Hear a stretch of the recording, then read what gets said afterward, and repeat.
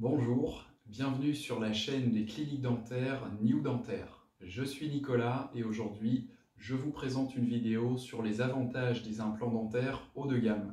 Et je dirais même plus, les avantages des implants dentaires de qualité avec l'avantage de la connexion conique étanche contre la perte osseuse. Nous allons comprendre pourquoi cette connexion conique est si importante et nous verrons aussi ce que dit la science à ce sujet. Pour commencer, il est intéressant de choisir des implants dentaires de qualité parce que ce sont des implants qui vont rester en place plus longtemps en demandant moins d'entretien que des implants de moins bonne qualité. Quand on parle d'implants dentaires de qualité, il ne faut pas forcément envisager les implants les plus chers. Il existe aussi des implants dentaires de très haute qualité qui ne font pas partie des marques les plus chères.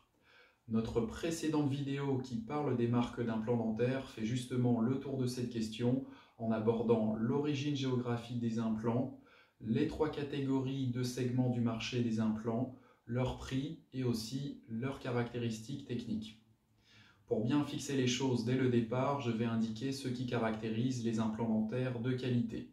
Le plus important est que l'implant doit posséder une connexion conique étanche de type cône Morse entre l'implant et le pilier, qu'on appelle connexion conique type Morse. Cela permet d'éviter l'entrée des bactéries à l'intérieur de l'implant. Ensuite, il faut que l'implant ait subi un traitement de surface performant après sa fabrication pour le rendre plus rugueux et plus hydrophile, donc plus facilement mouillable, pour que le sang, le plasma et toutes les cellules de la reconstruction osseuse puissent s'y fixer plus facilement. Enfin, il y a aussi la qualité du titane, qui est un peu moins importante que les deux premiers points, mais qui est utile à long terme. Il y a deux qualités d'alliage de titane. Le titane de grade 4 est un peu moins bon que le titane de grade 5. Il est donc préférable que l'implant soit en titane de grade 5. Toutes les autres caractéristiques techniques sont vraiment secondaires une fois que vous avez les trois que je viens de citer, la connexion conique étanche qui est obligatoire, le traitement de surface performant qui est obligatoire et, si possible, en titane de grade 5. Nous préparons une vidéo spécifique à chacune de ces trois caractéristiques techniques et celle-ci est dédiée à la connexion conique étanche qui est la plus importante des trois. Un autre élément à prendre en compte ici est la fixation des couronnes ou des prothèses sur les implants. Si la couronne est cimentée, elle est collée de manière permanente et on ne peut plus la retirer. Alors que si la couronne est vissée, on dit aussi transvissée, un dentiste peut la retirer pour accéder à l'implant et donc faire une maintenance si un jour c'est nécessaire. Le système de vissage coûte plus cher, mais c'est une option à ajouter pour viser le long terme. Un implant est une vis en titane qu'on implante dans l'os de la mâchoire. Une fois que l'os est solidement fixé sur l'implant, c'est-à-dire après 4 à 6 mois, on pose un pilier et une couronne sur l'implant. Et voilà, comme ça vous avez une dent artificielle qui paraît totalement naturelle.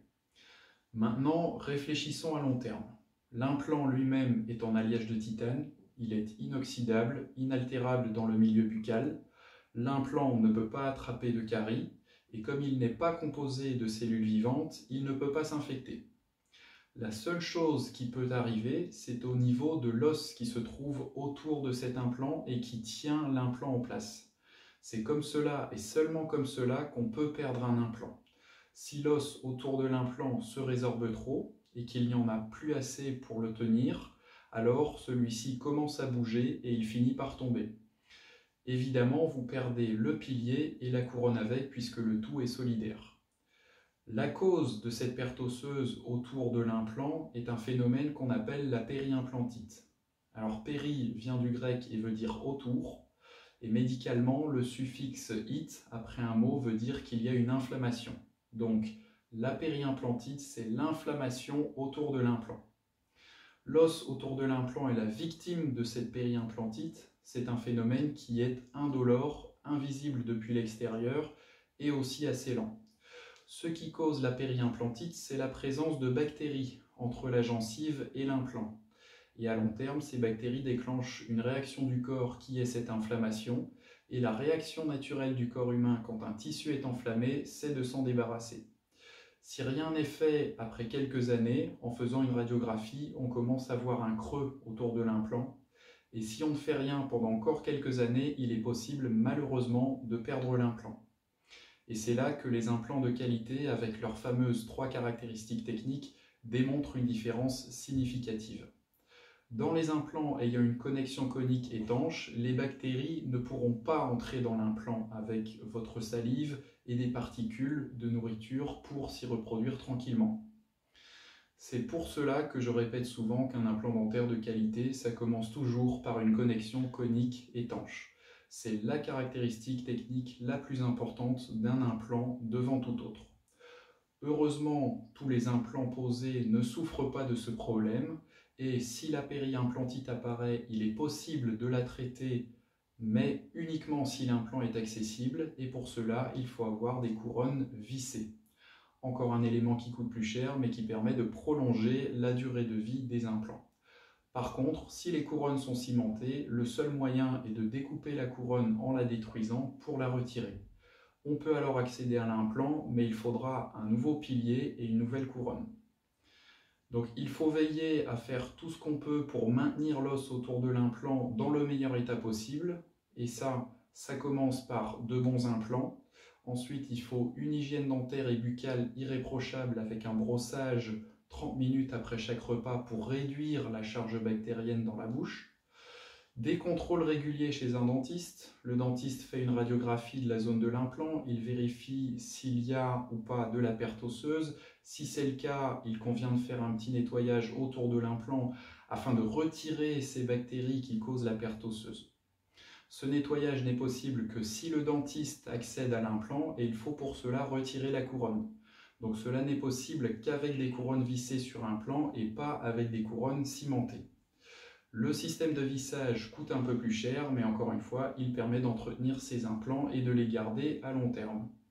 Voilà pourquoi c'est important de choisir des implants qui ont au minimum une connexion conique étanche avec le système de vissage si on veut pouvoir les entretenir et donc les conserver le plus longtemps possible. La connexion conique étanche réduit de beaucoup le risque de perte osseuse et la fixation de la couronne par vissage permet de traiter la perte osseuse si jamais un jour cette perte osseuse apparaît tout de même. Au contraire, si vous prenez des implants low cost sans connexion conique étanche et sans vissage, il y a un risque accru de périimplantite et de surcroît impossibilité de traiter le problème.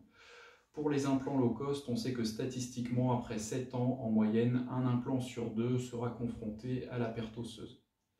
Que dit la science au sujet de la connexion conique étanche?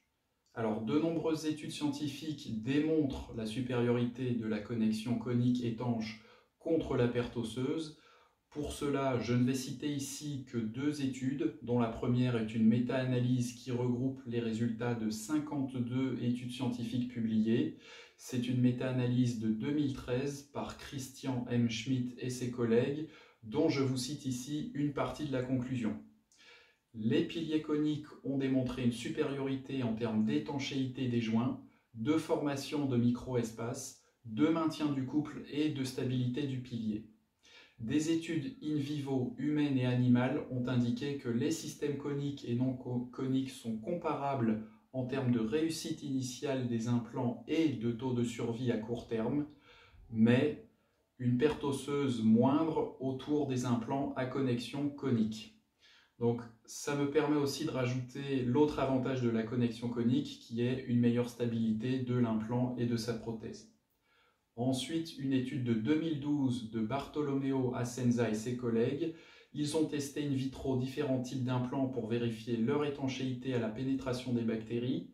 Dans les implants sans connexion conique étanche, 6 implants sur 10 étaient contaminés par des bactéries, alors que dans les implants avec connexion conique étanche, seulement un implant sur 10 était contaminé. La conclusion dit que la présente étude confirme la très faible perméabilité aux bactéries de la connexion implant-pilier conique et la forte pénétration bactérienne des implants classiques.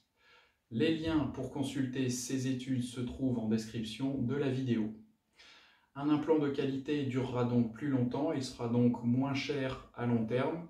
N'oubliez pas qu'un implant dentaire de qualité ne doit pas forcément être le plus cher, il suffit d'avoir une connexion conique et la fixation de sa prothèse par vissage. Certaines marques proposent ce type d'implant pour moins cher que les leaders historiques du marché. Pour cela, si vous ne l'avez pas encore vu, je vous recommande notre vidéo sur les marques des implants. Certes, un implant avec connexion étanche sera plus cher qu'un implant qui ne l'a pas car ça nécessite un usinage de grande précision, mais la différence de prix n'est pas du simple au double. En général, il y a une différence d'environ 20 à 30% en plus pour l'implant de qualité. Voilà, si vous avez besoin d'implants, j'espère que vous prendrez au minimum des implants qui ont une connexion conique étanche et si possible aussi des prothèses transvissées. Si cette vidéo vous a appris quelque chose d'utile, n'hésitez pas à liker et même à vous abonner à la chaîne. Mettez en commentaire les questions que vous vous posez sur les implants et les prothèses dentaires. On essayera d'y répondre en vidéo. Je vous dis à une prochaine vidéo ou sur notre site newdentaire.be. Nos spécialistes et nos conseillers sont aussi disponibles pour vos demandes de devis gratuits. Prenez soin de vous et de vos dents. À bientôt.